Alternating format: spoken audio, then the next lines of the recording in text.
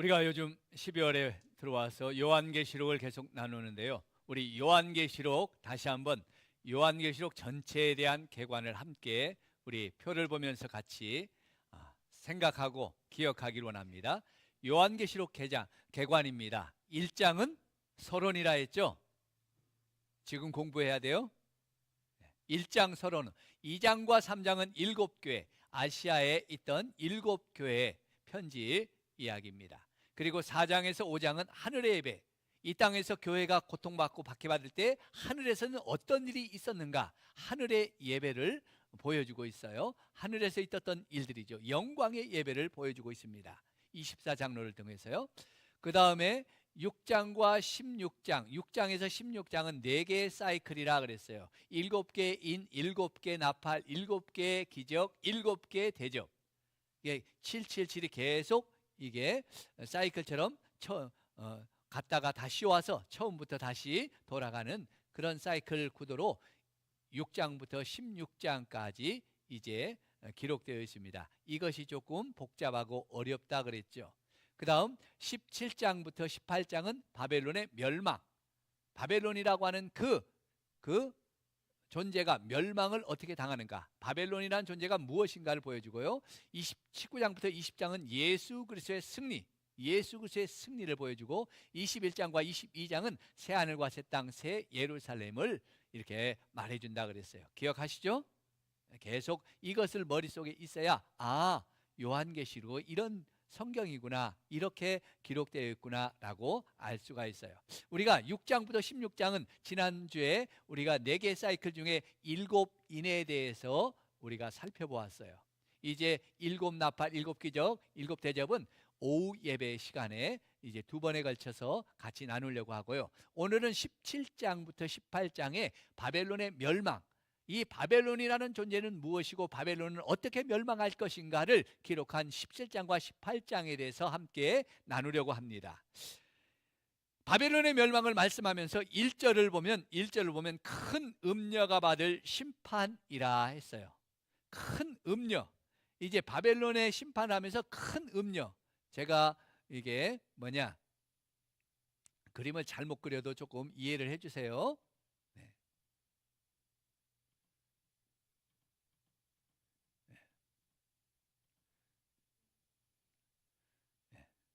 머리라고 생각하고요. 제가 그림만 잘 그려도 여기까지만 그리겠습니다. 큰 음녀가 있어요. 큰 음녀. 이 큰 음녀가 받을 심판에 대해서 말하는데, 이 큰 음녀는 누구이며 또 어떤 존재인지를 17장과 18장에서 7가지로 설명을 해주고 있습니다. 사도 요한은 요한계시록을 기록하면서 이 말씀을 읽는 사람들이 오해하지 않도록, 자기가 말하는 다른 사람이 모르는 지금 처음 말하는 이 말이 어떤 것인지를 읽는 사람들이 오해하지 않도록 비유로 설명했던 것은 반드시 여러 번 다른 말들로 설명해서 그 성경을 읽는, 그 편지를 읽는 사람들이 오해하지 않도록 안전장치를 많이 해놓았어요. 666도 그 중에 하나고요. 그 다음에 여러 가지 또 그 촛대나 그 교회를 가리는 교회 그 7별이나 이와 같은 것들을 계속해서 이렇게 설명해 놓고 말씀하고, 이것이 무엇을 말하는지, 용은 무엇인지를 이렇게 잘 말해 놓고 있어요. 설명해 놓고 있어요.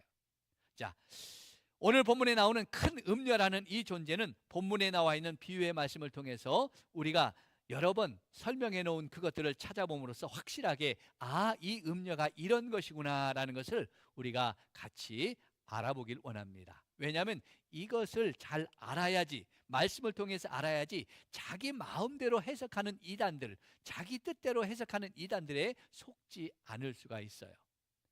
그 성경 해석 방법 중에 가장 중요한 4가지 방법이 있습니다. 첫 번째는 역사적인 배경, 그 역사적인 배경을 가지고 성경을 이제 이해해야 돼요. 성경을 풀어가야 돼요.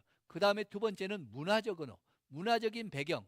그 당시 문화가 어떤 것을 이것을 어떻게 설명하고 있는지를 알아야 돼요. 지금 우리의 생각으로 하면 안 되는 거예요. 그 당시 문화가 다르잖아요. 그 다음에 또 하나, 세 번째는 뭐냐면, 세 번째는 본문에서 문맥에서, 성경이 말하는 문맥, 본문에서 이것을 뭐라고 이야기하는가. 세 번째 해석 방법이고, 네 번째는 뭐냐면, 네 번째는 언어적으로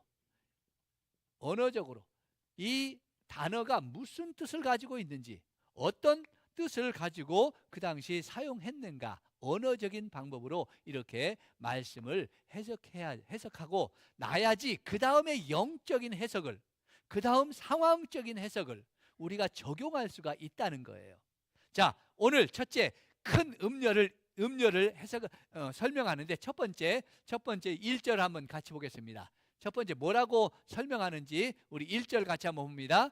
일곱 대접을 가진 일곱 천사 중 하나가 와서 내게 말하여 이르되 많은 물 위에 앉은 큰 음녀가 받을 심판을 내게 보이리라. 이 음녀가 있는데 뭐예요? 이 여자가 많은 물 위에 앉아 있어요. 그렇죠? 많은 물.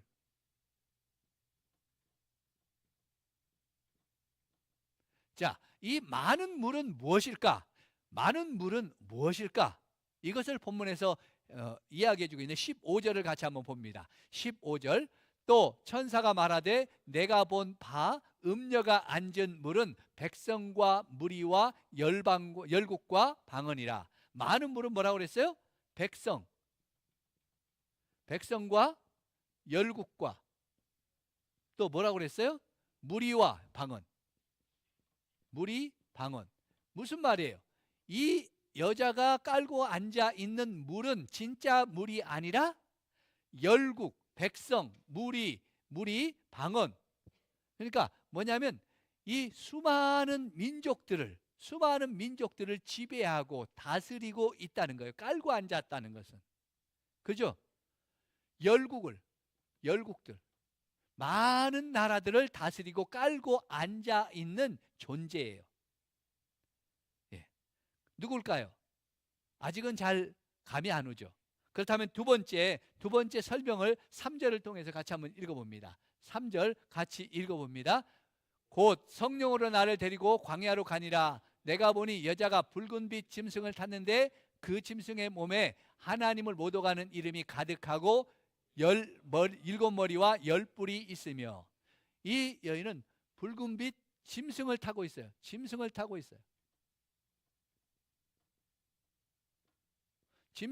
있어요. 그렇죠? 짐승을 타고 있는 여자예요.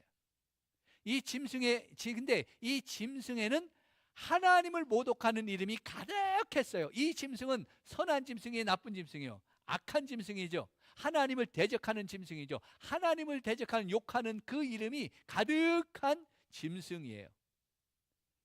그 짐승을 타고 지금 이 여자가 뭐 하겠어요? 하나님의 백성들을 핍박하고 괴롭히고 있겠죠. 자, 이 짐승은, 그런데 이 짐승은 뭐예요? 머리가 7, 뿔이 10개. 머리가 7개, 뿔이 10개. 괴물이죠. 우리가 상상 못하는 상상의 괴물처럼 생겼잖아요. 이게 도대체 무슨 괴물일까? 우리는 이렇게 어렵게 생각하지만 그 당시 이스라엘 사람들은, 그 당시 하나님의 백성들은 머리가 7개, 뿔이 10개면 금방 다 알아요. 왜냐하면 제가 한번 설명해 볼게요. 머리가 치렁치렁 깁니다. 긴 머리를 늘어뜨리고 있어요. 그리고 하얀 소복을 입고 있어요.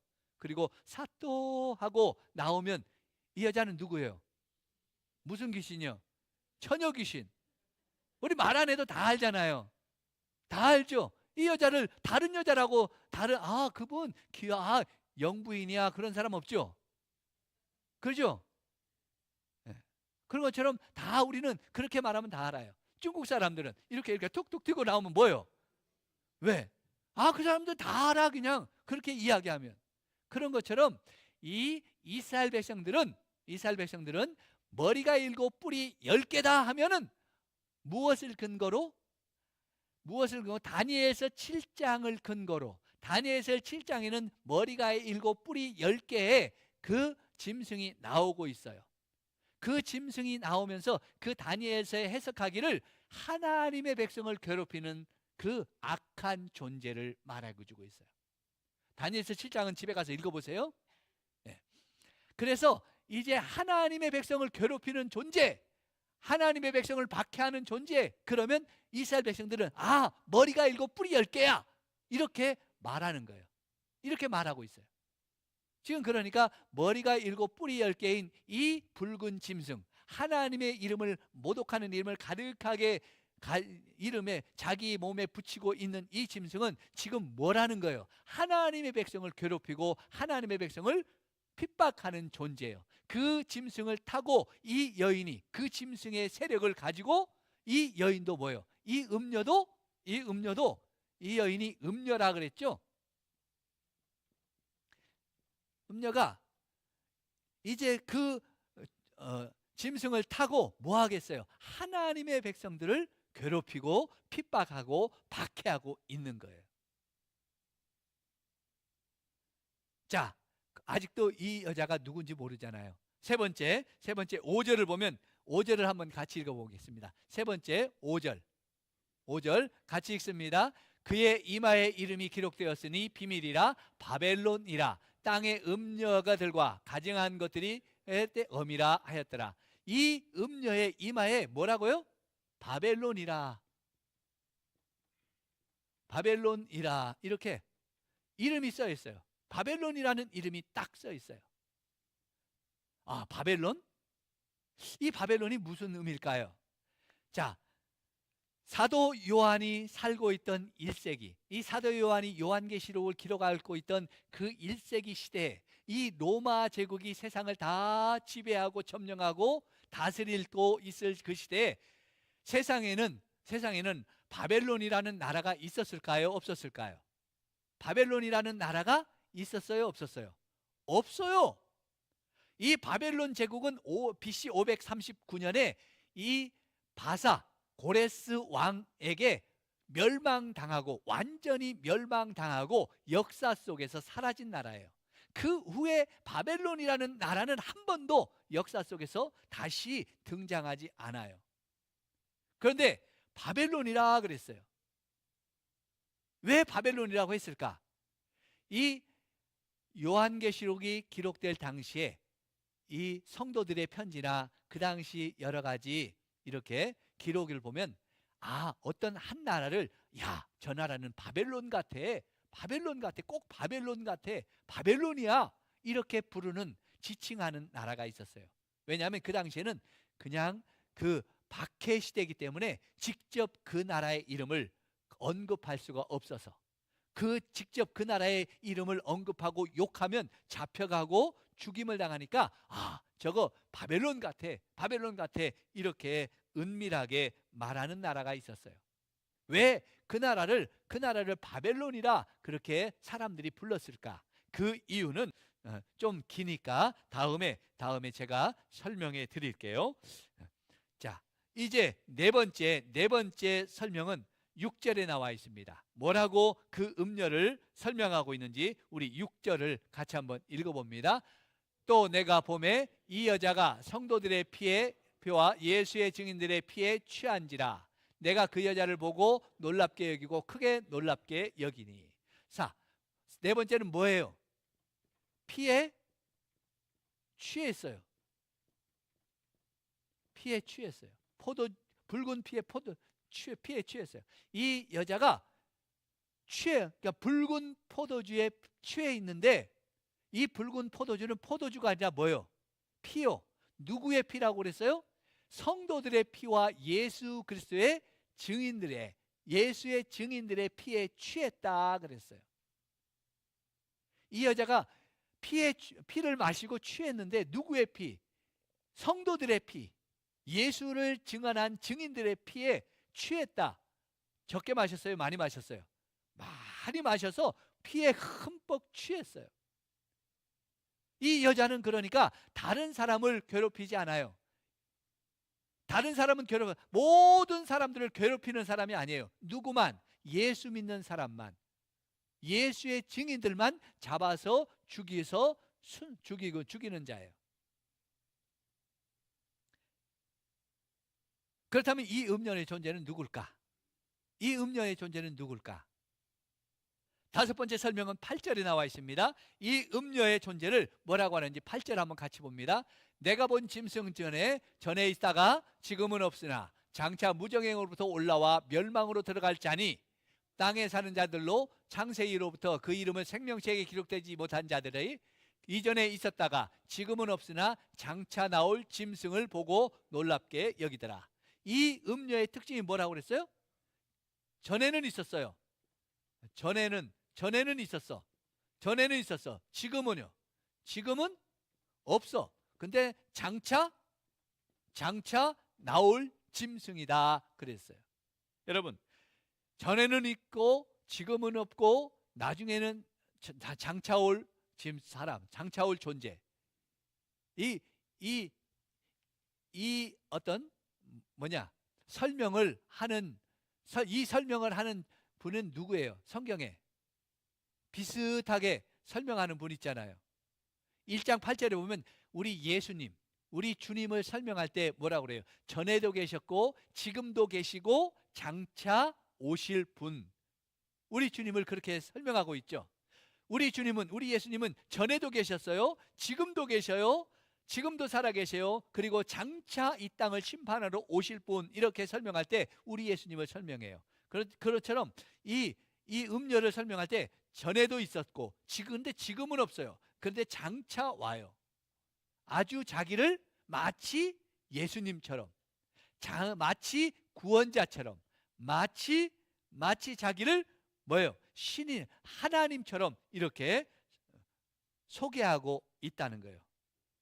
여러분, 자기를 하나님이고 신이고 구원자라고 말한 사람이 누구예요? 바로 누가 이런 말을 했어요? 바로 로마 황제 도미티안이 그랬죠. 도미누스 에 데우스, 도미티안은 나의 주 나의 하나님입니다, 이렇게 고백하게 했잖아요. 그 고백을 하지 않는 사람, 도미티안을 말할 때 나의 주 나의 하나님 이렇게 말하지 않으면 그 모든 사람들 다 잡아다가 죽였죠. 우리 주 우리 하나님은 예수 그리스도뿐입니다, 이렇게 증언하는 이 증언자, 예수의 증인들을 다 잡아다가 그 경기장에서 사자밥이 되게 했고, 로마로 들어오는 길에 말뚝에 세워서 불태워 죽였고,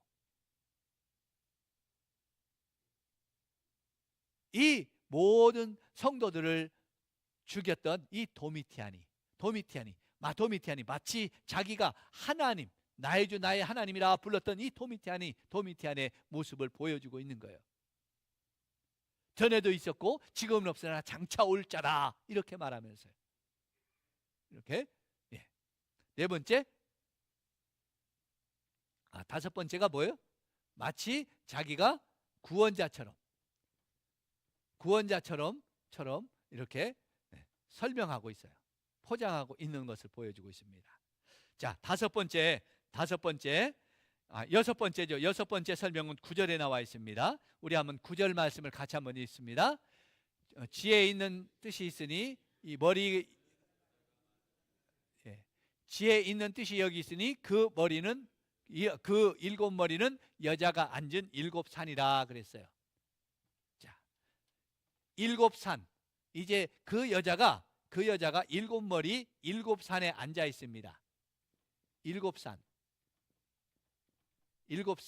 언덕에 앉아 있어요. 이 여자가 앉아 있는데 어디에 앉아 있어요?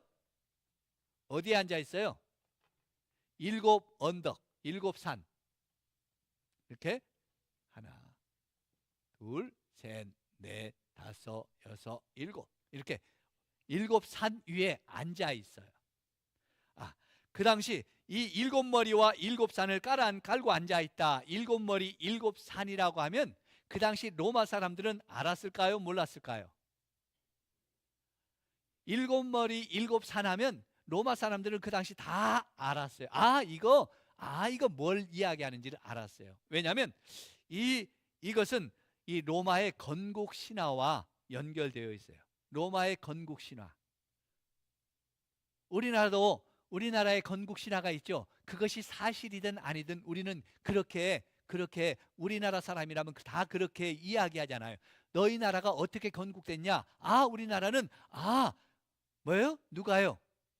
단군이 내려와서 그 곰과 호랑이를 동굴에 놓고 쑥과 마늘을 먹여 가지고 곰은 사람이 돼서 웅령이는 사람이 돼서 이제 단군과 이렇게 결혼해서 그 낳은 환웅이 우리의 조상이 되었어라고 이야기하잖아요. 그렇죠? 사람 덜 된 사람을 어떻게 뭐라 그래요? 너 마늘 좀 더 먹어라 그러잖아요. 그것처럼 우리가 그것이 사실이든 사실이 아니든 우리나라의 이 건국 신화는 단군 신화, 단군으로부터 시작됐다는 그런 것을 가지고 있어요. 그것처럼 이 로마의 건국 신화를 보면 그 건국 신화를 보면 일곱 언덕 위에서 시작되었어요. 일곱 언덕 위에서 시작되었는데 그 로마의 건국 신화에 나오는 데모신 그 데모신이 누구냐면 여신이에요. 여신. 여자 여신. 그 여신의 이름이 뭐냐? 마그마 마테르라고.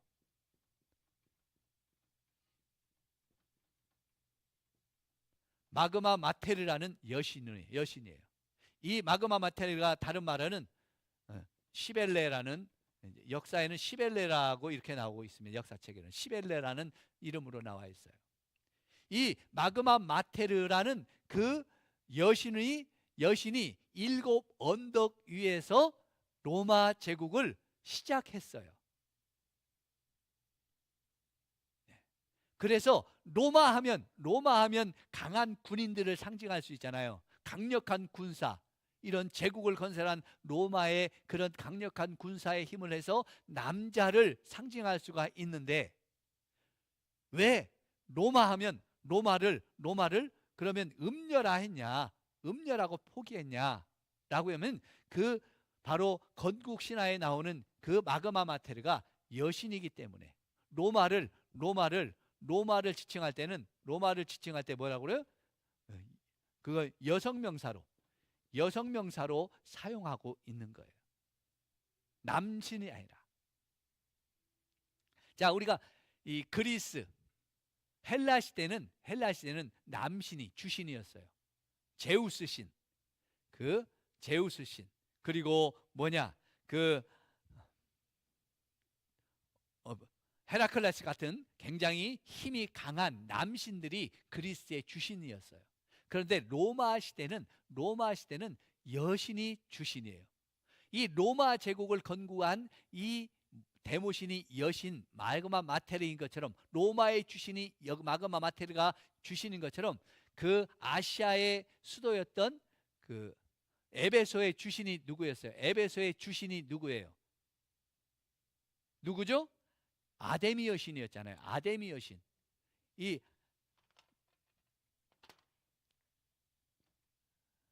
에베소는 아데미 여신, 아데미고, 고린도는 고린도 지역의 주신은 누구였어요? 고린도 지역의 주신은 바로 아포르디테라는 여신이었어요. 로마의 주신은 마그마 마테르, 그 다음에 아시아의 수도였던 이 에베소에는 이 아데미 여신, 그리고 아가야의 수도였던 고린도는 말도 잘 안 나오네. 아포르디테라는 이 여신이 이렇게 신전들이 성행해서 그 신전에서 엄청난 음란한 일들이 일어나고 있죠. 그 시대에 그 엄청난 그 타락한 문화들이 이 신전에서 성행하고 있었어요. 벌써 17장에서 말하는 음녀의 정체가 서서히 드러나고 있죠. 그러므로 음녀가 누구인가? 무조건 음녀하면 사람들이 뭐라 그래요? 저건 적그리스도야. 적그리스도라 하여. 물론 그 의미는 맞아요. 하나님을 대적하는 존재, 그렇게 치부해요. 그냥 적그리스도야 이렇게 따지지도 않고 묻지도 않고 적그리스도다 이렇게 말하면 안 되고, 왜 이게 적그리스도가 되는가? 우리는 본문에서, 우리는 17장의 내용에서 이 음녀가 무엇을 가리키는지, 어떤 존재를 가리키는지, 그 음녀의 역할이 무엇이었는가를 살펴보면서 그러니까 적그리스도구나 이렇게 말을 해야지, 무조건 적그리스도 이렇게 말하면 안 된다는 거예요.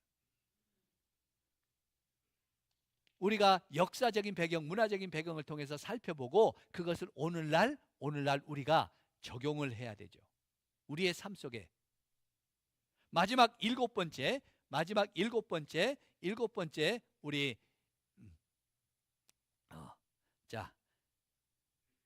일곱 번째 우리 18절 나옵니다. 18절에 한번 같이 한번 살펴보겠습니다. 18절, 또 내가 본 그 여자는 땅을 왕을 다스리는 큰 성이라 그랬어요. 일곱 번째 보니까 뭐라고 그랬어요? 이 음녀의 정체가 뭐라고 그랬습니까? 음녀의 정체가 일곱 번째 보니까 큰 성이다 그랬어요. 그러니까 이 음녀는 사람이에요, 뭐 어떤 다른 존재예요? 이 음녀는 사람이 아니죠. 사람이 아니에요. 사람이 아니라 큰 성, 큰 제국을 말하고 있어요. 큰 나라를 말하고 있어요. 바로 로마 제국을 가리키고 있죠. 그 당시 하나님의 백성을 괴롭히고 하나님의 백성을 박해했던 이 로마 제국을 다스리고 가리키고 있어요. 성도들과 예수 그리스도의 증인을 박해하고 죽이는 이 도미티안 황제를 말하고 있는 거죠. 이 제국의 권세와 권력과 힘을 가지고 하나님의 백성을 괴롭히고 하나님의 백성을 박해하는 이 존재, 도미티안 황제의 그것을 말해주고 있는 거예요. 여러분, 그렇다면 왜 굳이 로마다, 도미티안 황제다 이렇게 직접 실명을 거론하면 쉬울 텐데 왜 이렇게 복잡하게 그 실명을 거론하지 않고 여러 가지로 그것을 설명하고 있을까? 왜 그래요? 그것은 박해 시대였다는 거예요. 그 당시에 박해 시대였기 때문에 실명을 거론하고 진짜 그 이름을 거론하고 로마가 나쁜 놈이야, 로마가 우리의 대적이야, 도미티안은 우리의 그 믿음의 그 원수야 이렇게 말하면 어떻게 돼요? 다 잡혀가 죽임을 당하고 순교를 당하잖아요. 여러분, 엊그제 계엄령이 떨어진 적이 있죠. 왜 계엄령이 무서워요? 계엄령이 떨어지면 모든 것들이 다 사라지고 오직 군인들의 그 집권 아래서 이제 모든 것이 통치돼요. 그래서 나라의 대통령을 비방하거나 그 나라에 대해서 비방하면 다 잡혀가요. 어디로 잡혀갔는지 몰라. 그래서 죽임을 당하고 고문을 당하고 그랬던 적이 역사적인 사건들이었잖아요. 그래서 계엄령을 두려워하는 거고 해서는 안 되는 일이라는 거죠. 이처럼 그 당시에도 마찬가지예요. 이렇게 박해 시대였기 때문에 진짜 이름을 거론하면 그 잡혀가니까 못하고 이렇게 은어, 그 시대는 이 은어들을 사용해요. 666이 바로 그런 은어 중에 하나고, 또 익두스라는 물고기의 그림도 그 당시에 하나고, 또 오늘 나오는 음녀고 바벨론이라는 그 단어도 그 당시 그리스도인들이 은밀하게 사용했던 은어들입니다. 그래서 이제 그리스도인만이 알 수 있는 이 은어들을 사용해서 이 사도 요한이 성도들에게 편지를 보내고 있어요. 이 편지는 모든 다른 사람도 보겠죠. 성도들만 보는 게 아니라 일반 사람도 봐요. 일반 사람들이 봤을 때 이게 뭔가 모르잖아요. 성도들은 알아요. 직접 그 로마와 도미티안을 이렇게 언급 안 했으니까 잡아갈 수가 없잖아요. 그러나 성도들은 다 그 의미를 알고 있었던 거예요. 자, 그러면 여러분 17장과 18장의 주제가 뭐라고 그랬어요? 17장과 18장의 주제가 바벨론의 멸망이라 그랬어요. 그러니까 지금 성도들을 박해하고 핍박하는 그 증인들을 죽이니까 믿음의 성도들은 지금 어디로 피해 있어요? 다 토굴 속에, 그 카타콤 속에 숨어 들어갔습니다. 저 산속으로, 광야로 도망쳤습니다. 그런 고난의 시간들이 언제 끝날까요? 성도들은 지금 우리가 이렇게 믿음 때문에 당하는 고난, 박해, 핍박, 어려움이 과연 언제 끝날까? 그 동구 토굴 속에서 살면서, 그 산 속에서 굶주리며 살면서, 광야에서 도망쳐 살면서 언제 끝날까? 이 박해가 언제 끝날까? 그런 간절함이 있겠죠.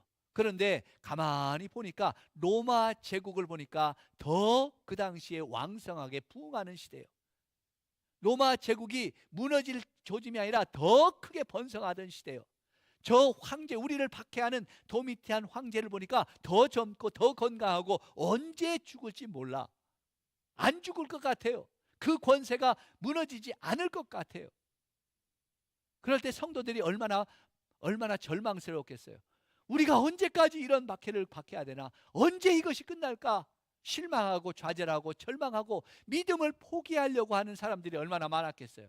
그런 성도들에게 이 사도 요한이 이 편지를 보내면서 뭐라고 그래요? 18장에 보면 아니야, 이 박해는 금방 피할 거야. 금방 끝나. 걱정하지 마. 하나님이 이 박해를 금방 끝내신다고 하셨어 라고 위로하는 편지예요. 그것이 요한계시록이에요.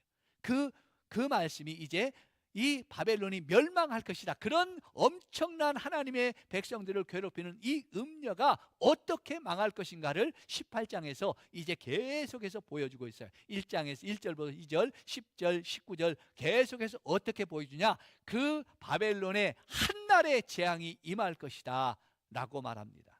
우리 18장을 이제 여러분 읽어보셔요. 전체 읽어. 18장에 한날에 그 바벨론의 재앙이 임하여서 한 시간에 망할 것이다 라고 말하고 있어요.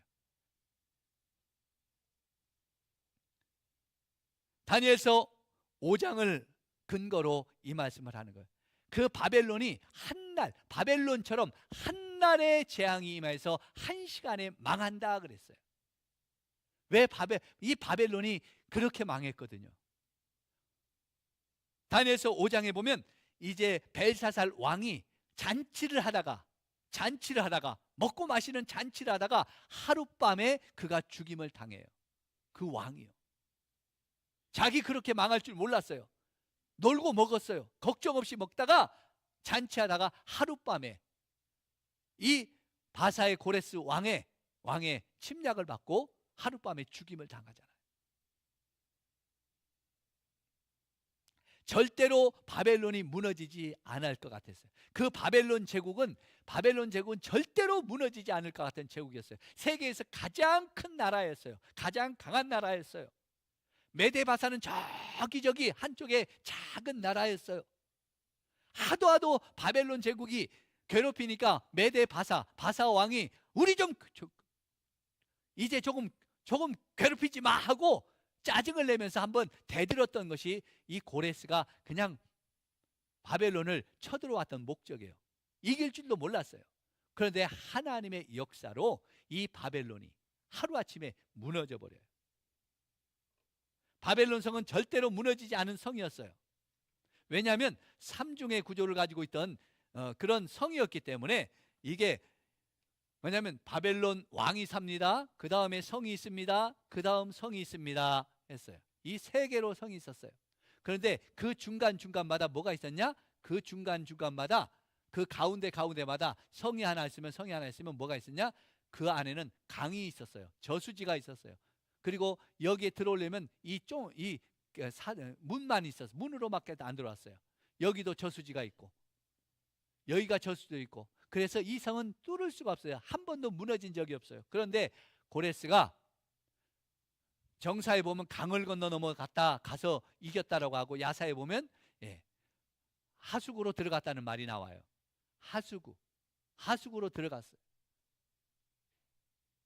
그래서 그 성은 성문이 열리지 않고 들어가서 밤새도록 술 마시고 놀고 군사들도 잠자고 있을 때 이 고레스의 군사들이 들어가서 그냥 다 죽이고 성문을 열었던 그 멸망했던 그것이 이 바벨론의 멸망 역사예요. 이 바벨론이 그렇게 순식간에 하루아침에 무너졌어요. 이것처럼 이제 하나님께서 그 무너지지 않을 것 같은 그 바벨론 이 로마 제국을 한순간에 무너뜨리겠다는 거예요. 여러분 우리도 경험하잖아요. 엊그제만 해도 대단했던 대통령, 그 권세가 하룻밤에 무너져 버렸잖아요. 어떤 이유서든지요. 그게 세상의 권세고 세상의 권력이고 세상의 힘인 거예요. 그러므로 눈에 보이는 것만 믿지 말라는 거. 하나님의 말씀을 믿을 수 있기를 주의 이름으로 축복합니다. 이것은 내 인생에 이것만 있으면 절대 내 인생이 망하지 않을 거야. 그거 우리 생각이에요. 아무런 소망이 없어요. 우리의 생사와 화복은 하나님의 손에 있는 줄로 믿습니다. 또한 하나, 우리가 세상을 두려워하지 말고 세상의 권세를 두려워하지 말라는 거예요. 믿음 때문에 당하는 고난이나 환난을 두려워하지 마시고 하나님만 붙잡을 수 있는 저와 여러분 믿음이 되시길 축복합니다. 사실 도미티안 박해가 92년부터 96년까지 5년밖에는 안 됐어요. 성도들이 5년만 지나면 도미티안이 망할 것이라고 알았으면 모든 사람들이 믿음을 버리지 않고 견뎠을 거예요. 그런데 언제 끝날지 몰라서 성도들이, 믿음을 버린 성도들이 너무나 많았어요. 그 강력한 도미티안 황제도, 자기가 신이라고 했던 황제도 5년 후에 죽어버렸어요. 무너졌어요. 하나님의 백성을 괴롭혔던 그 로마 제국의 권세도 313년에 완전히 무너지잖아요. 뭘로요? 복음으로. 그 하나님의 백성을 괴롭혔던 그 로마 제국이 하나님을 섬기는 거룩한 제국으로 복음 안에서 무너지는 것을 보여주고 있잖아요. 이것이 하나님의 역사인 줄로 믿습니다. 왜요? 누구 때문에? 그 소망을 가지고 믿음을 끝까지 지키며 신앙을 지킨 믿음의 성도들이 있었기 때문이에요. 이 시대에도 우리의 믿음을 유혹하고 방해하는 대적들, 이단들, 또 동성연애자들, 동성혼인들, 남녀평등법들로 성도들을 박해옵니다. 교회를 없애겠다고 하는 저들의 도전입니다. 두려워하지 마십시오. 하나님만을 붙잡고 세상과 타협하지 마시고 믿음으로 승리해가는 우리 성도들 되시길 주의 이름 축복합니다. 여러분, 우리 이웃들, 우리 가족들 중에 아직도 반대하고 복음을 박해하는 사람들 있잖아요. 그분들 무엇으로 무너뜨려요? 복음으로 무너뜨리시기 바랍니다. 조금 더 우리가 인내하고 조금 더 우리가 기도하고 조금 더 용기 있게 복음을 전할 때 하나님께서는 복음으로 그들을 무너뜨리시고 새로운 하나님의 나라를 회복시켜 주실 줄로 믿습니다. 하나님의 역사는 순식간에 이루어지고 순식간에 반전이 되고요. 하룻밤 사이에 우리의 원수와 대적들을 물리쳐 주시고 우리로 승리케 하시는 영광을 주실 줄로 믿습니다. 그 하나님의 권능과 능력을 오늘도 바라보면서 힘내시고 용기 내시고 승리하시는 저와 여러분들 되시기를 주의 이름으로 축복합니다. 축복합니다. 우리 같이 일어나셔서 우리 같이 찬송합니다. 주님 다시 오실 때까지.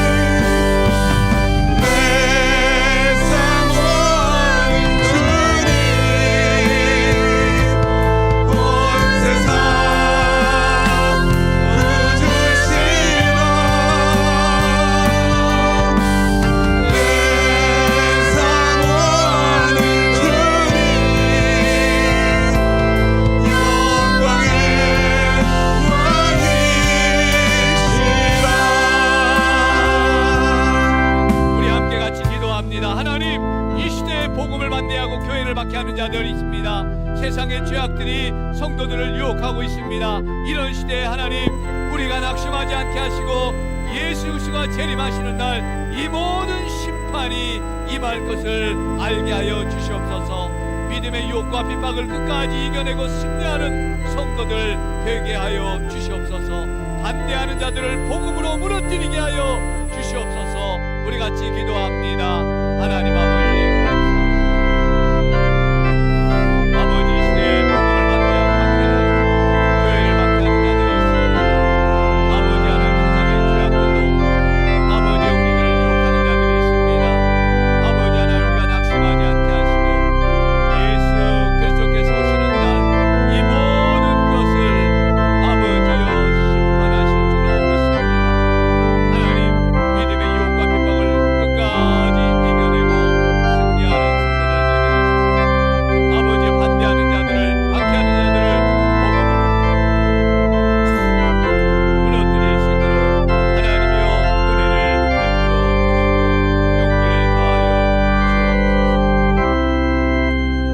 주옵소서. 하나님 아버지, 이 시대의 복음을 반대하는, 교회를 박해하는 자들이 있습니다. 세상의 죄악들이 우리를 유혹합니다. 하나님이여, 우리가 낙심하지 않게 하시고 예수 그리스도가 오시는 날을 기다리며 하나님의 믿음의 유혹과 박해를 끝까지 이겨내고 승리하는 자들 되게 하여 주옵소서.